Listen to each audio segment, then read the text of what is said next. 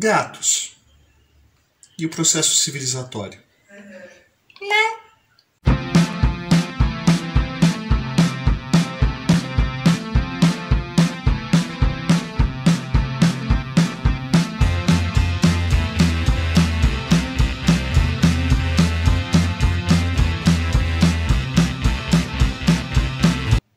E na videoaula de hoje vamos falar sobre gatos. Sim, os gatos são animais aí que convivem com o ser humano há muito tempo e fizeram parte de uma série de questões aí durante o desenvolvimento da história da civilização. Pois é, os gatos eles nos acompanham aí mais ou menos junto com o processo civilizatório, né? Os primeiros registros que a gente tem de convívios de gatos com humanos são de mais ou menos 7.000, 7.500 a.C., lá na ilha de Chipre, né, no litoral mais oriental do mar Mediterrâneo. Mas né, os gatos eles devem estar junto conosco desde o Neolítico, desde a pré-história.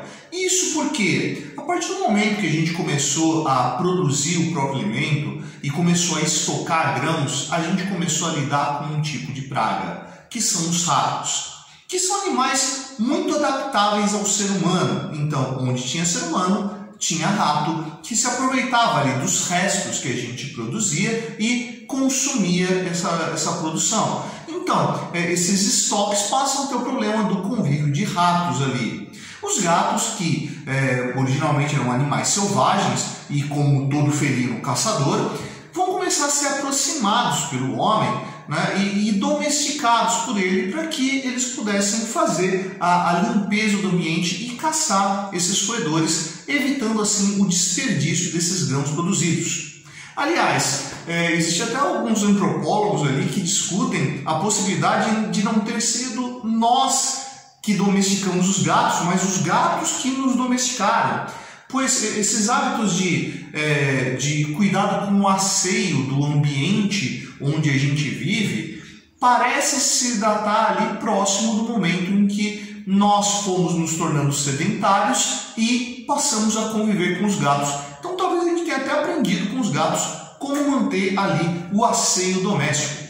Bom, no entanto, apesar de ter os registros mais antigos lá na ilha de Chipre, né, no Egito ali, mais ou menos por volta de 5.000 a.C., ou seja, ainda na formação de um Egito pré-dinástico, né, é que os gatos vão começar a conviver lá, né, e no Egito vão passar a ser uma parte fundamental da vida social, a ponto de os gatos no Antigo Egito passarem a ser tratados como criaturas sagradas, como seres quase que divinos.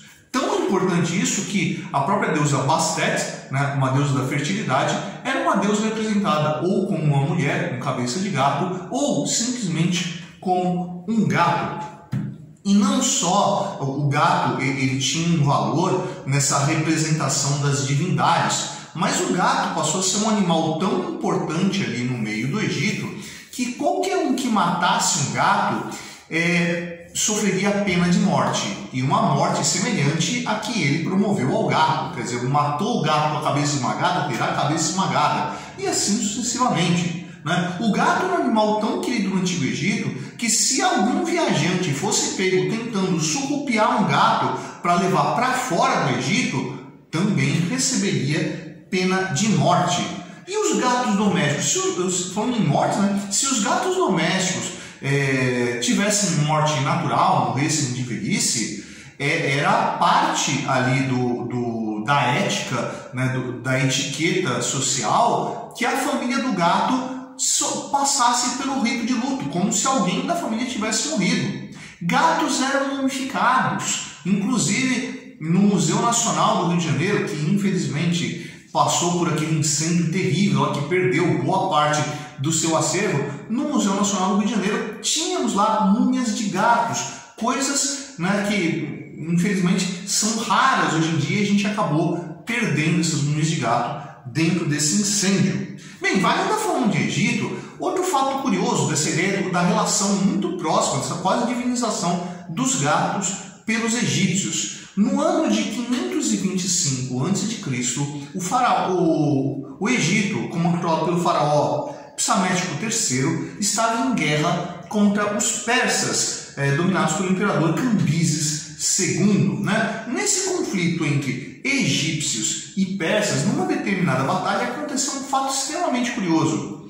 Como os persas conheciam essa relação dos egípcios com os gatos, eles resolveram promover um ataque para que os egípcios fugissem. O que eles fizeram? Eles atiraram gatos contra os egípcios. Sim, justamente pegaram gatos e arremessaram contra o acampamento egípcio para que os egípcios tentassem escapar, né, para não machucar os gatos. Além disso, eles amarraram gatos nos escudos para evitar que os egípcios atacassem ele. E a estratégia deu certo. Os egípcios fugiram de lá para não maltratar os pobres bichinhos. Né? E não é só o Egito que passou por esse culto de adoração a gato. Lógico que de forma diferente, de forma não tão marcante, mas, por exemplo, em Istambul, né, antiga Bizâncio, depois Constantinopla, Istambul, capital da Turquia, né, gatos são animais muito bem cuidados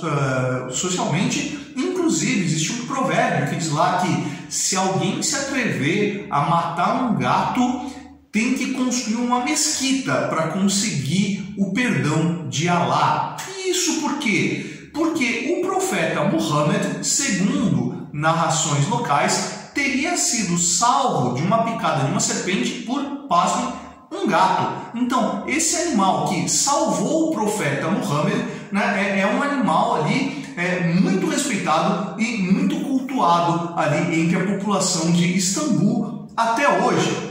No entanto, né, nem em todo momento o gato foi um animal bem cuidado, um animal relacionado aos sinais de afeto e tudo mais. Né? Em Roma ainda, o gato participava desse convívio comum, né, dessa vida cotidiana das pessoas, mas conforme começou a se passar a um processo de cristianização, esse gato começou a ser relacionado com outros tipos de imagem. E quando a gente chega na Idade Média, a figura do gato vai passar a se relacionar com a figura da bruxa.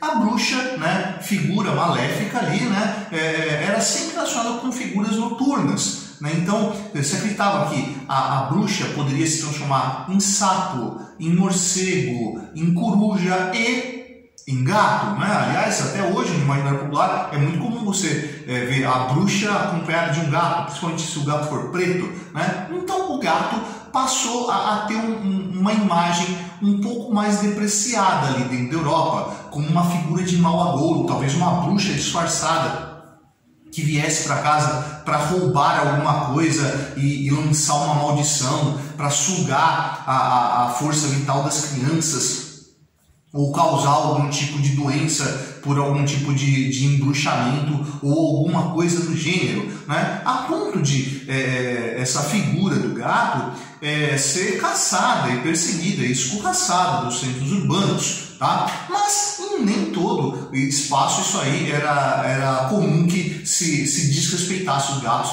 que se caçassem esses gatos ali, né? Por exemplo, já no final da Idade Média, durante o período das grandes navegações, né, o gato ele vai voltar a ter essa figura vindo da pré-história, daquele que garante a sobrevivência ali das reservas, evita os ratos, e vão surgir os gatos de navio. Sim, passou a ser comum ter gatos no navio para evitar esses ratos, para caçar os ratos e garantir a alimentação de quem estivesse ali no meio da tripulação. No entanto, né, isso não é uma redenção imediata da figura do gato dentro da civilização ocidental, né, ainda dentro desse mesmo período, né, durante esse momento de transformação, de renascimento, grandes navegações, reforma protestante. Aconteceu um caso curioso na Alemanha, onde grupos ali de protestantes, de forma a se manifestar contra a comunidade católica, chegaram a pegar um gato, arrancar os pelos dele, depilar o gato, botar uma batina no gato como se ele fosse um papa e enforcar o gato em praça pública, representando a figura do papa, relacionando essa ideia do papa ao gato da bruxa, a figura maléfica, né? E mais, né? Avançando dentro disso aí, Bom, existe um caso curioso que é retratado pelo historiador Robert Dalton, né, no livro O Grande Massacre de Gatos, que foi um evento que ocorreu em Paris, né, de uma população ali pré-industrial, né, de um fato bastante curioso. Aconteceu ali no finalzinho da década de 1730 em Paris, né. O ponto inicial disso aí acontece dentro de uma gráfica. Então existe uma gráfica em Paris, né, que tinha lá um dono e uma série de empregados. Esse dono casado, né, ele e a esposa nutriam uma afeição por gatos e eles tinham lá mais de 20 gatos convivendo dentro da gráfica, né? Então conta-se lá que esses mais de 20 gatos circulavam livremente pela gráfica, atrapalhando os trabalhadores, e toda vez que algum problema acontecia ali, a culpa não era dos gatos, a culpa era dos trabalhadores. E esses trabalhadores, né, operários ali de quase a metade do século XVIII, né, eram muito maltratados, trabalhavam em condições de penúria, recebiam pouco, o alimento que se dava para eles, né, era alimento que os próprios gatos da família recusavam, né, e assim, eles eram castigados, punições, multas por qualquer falha, por qualquer tipo de insubordinação, o que foi acumulando uma certa revolta entre esses operários. Ainda mais quando eles olhavam para os gatos do dono dessa gráfica e percebiam que eles eram bem tratados, inclusive comendo aves assadas e coisas do gênero, coisa que era alimento raro para esse tipo de trabalhador, né? Carne ainda não era parte da alimentação cotidiana dessa população, e via aqueles gatos que atrapalhavam o serviço do qual eles eram culpados, né? E recebiam um tratamento muito melhor do que os próprios trabalhadores, seres humanos, né? Então esses trabalhadores, né, resolveram ali gerar um problema para os seus patrões e começaram a simular os gatos no telhado da casa do patrão, que ficava em cima da oficina. Então começaram a fazer barulhos para que os patrões não conseguissem dormir à noite e atribuíam esse barulho aos gatos dos patrões, né? O caos gerado por isso fez com que os empregados levassem o caso a um tribunal e recebessem a autorização para atacar os gatos do patrão. A esposa do dono da gráfica, ali, que tinha uma gata especialmente lá, que era de muita afeição dela, né, conseguiu com o juiz de que aquela gata não fosse morta. No entanto, foi justamente essa a primeira felina a ser morta pelos empregados, que pegaram todos os gatos do patrão e mataram a pauladas, a barras de ferro. E, lógico, nos primeiros ataques, alguns gatos fugiram. E quando esses gatos fugiram, os empregados foram às ruas para caçar os gatos.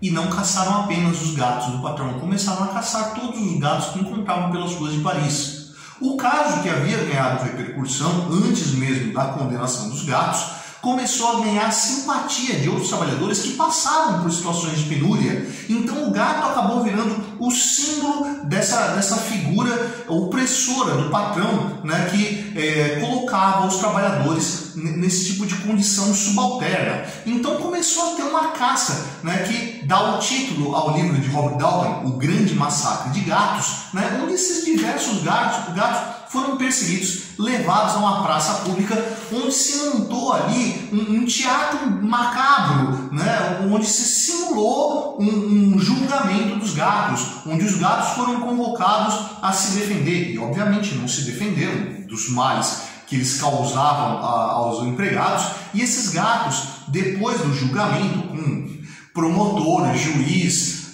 advogados, todos simulados numa grande piada ali, e assim, uma piada macabra, porque acabaria com a morte dos gatos, os gatos foram condenados e enforcados. Então, já que esses trabalhadores não podiam enforcar os próprios patrões, né, simularam a morte dos patrões na morte dos gatos. Então, o gato virou o bode expiatório para ameaçar o patrão. Falou: olha o que a gente vai fazer com vocês se isso aqui continuar, né? Bom, os gatos, a partir de então, aí, vão voltar a esse convívio, então, das pessoas, mesmo passando por entreveros como esse aí, né? E vão acabar ganhando ali uma nova situação de status. Tanto que é no século XIX que vão começar a surgir ali as criações de gatos com referidos pedigrees, né?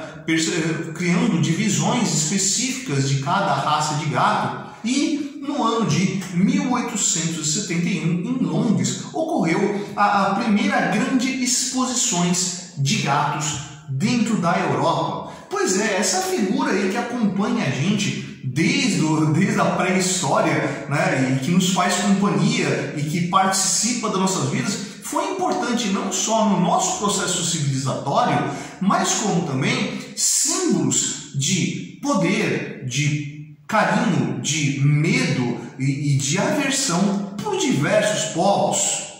E aí, meu caro, você curtiu o áudio de hoje? Se você curtiu, você vai lá embaixo e não curtir. Se você não curtiu, você vai lá embaixo e não descurtir. É gentil da sua parte no canal. Essa é a Projeto Setone, eu sou o professor Fábio e você, meu amigo, você deveria estar estudando.